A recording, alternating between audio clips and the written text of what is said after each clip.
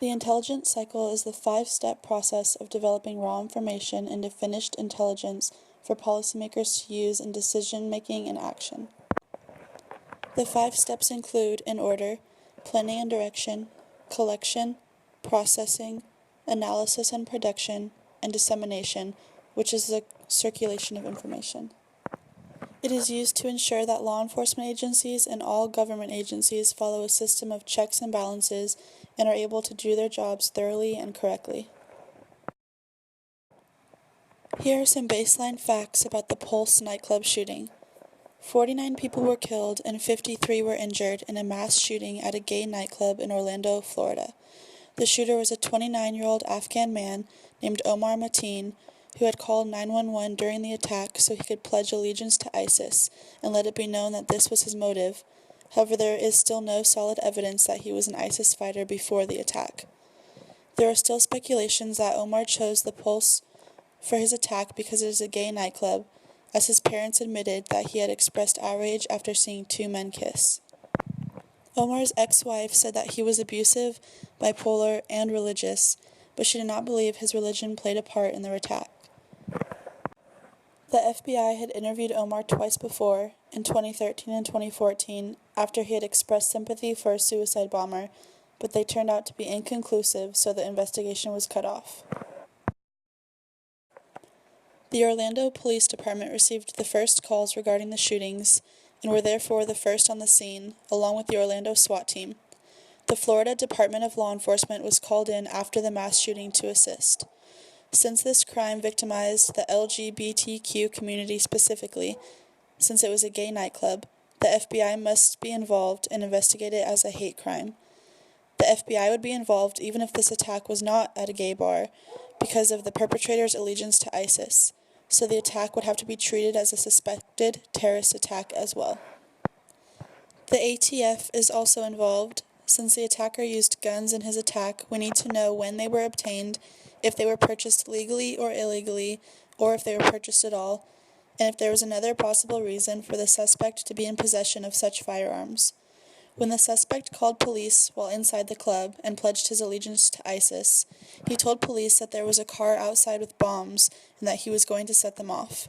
This means that the EOD, Explosive Ordnance Disposal Technicians, had to be called to the nightclub and also to Omar's house as a precaution. It should be taken into serious consideration that this is a suspected terrorist attack and the suspect had pledged allegiance to ISIS. There was a bomb threat involved as well, which means that this could have been thousands of lives in danger still.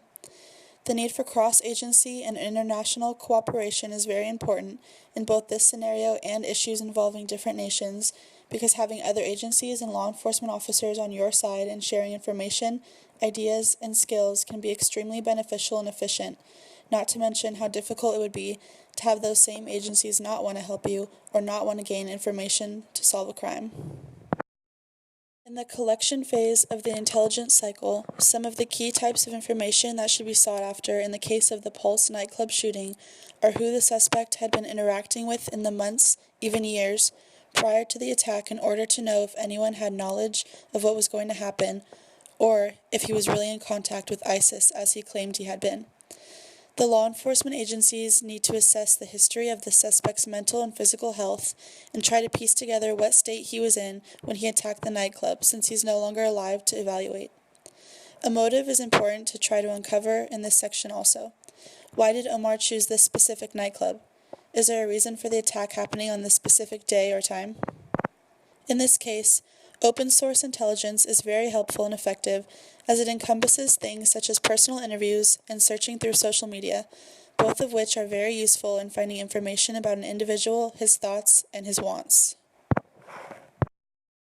In this case, human intelligence would be very important, but technological intelligence would by far be the most useful and powerful in figuring out the details of the attack and if there could be another one. As is the case for most terrorist attacks, time is a very important thing to keep in mind. The possibility of a follow-up attack is most common in the 36 hours after the initial attack, meaning that authorities need to work quickly and thoroughly to defuse and uncover any situations. There is bias found everywhere, and the intelligence community is no different. Regarding this case, bias may arise when interviewing Omar's family and friends, hindering relationships with people who may be helpful.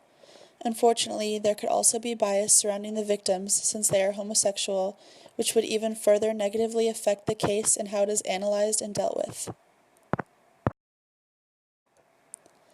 Because terrorism is such a big threat and handled so carefully, I know that not just one intelligence product would result from this case. However, the first one, and probably the most important one for the immediate safety of the majority, would be warnings. Overlapping and integrated techniques are bound to be used as well.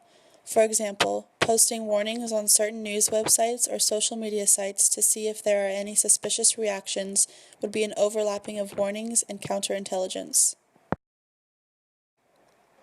The main consumers for the warnings created through this cycle are the American citizens, especially, in this case, the LGBTQ community and other minority communities.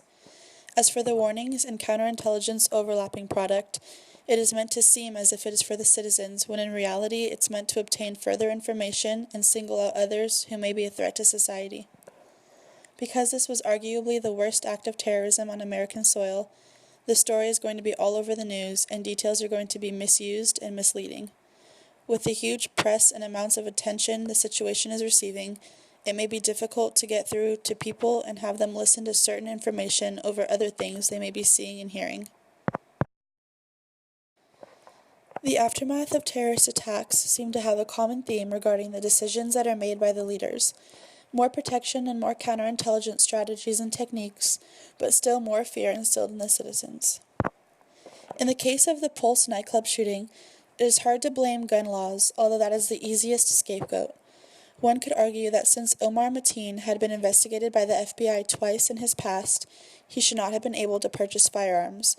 However, since these investigations turned out to be inconclusive, it would be unconstitutional to refuse Omar his right to bear arms. It would be helpful, although expensive, to make it a law that nightclubs must have a no-weapons policy and require guests to go through a metal detector prior to entering. Having it be a law to have more emergency exits may be an important consideration as well. Long-term goals of analyzing this case would be to better understand the minds and thought processes of terrorists and to reconsider how the FBI deals with people who they investigate in the aftermath, especially those who are investigated more than once, such as Omar Mateen was.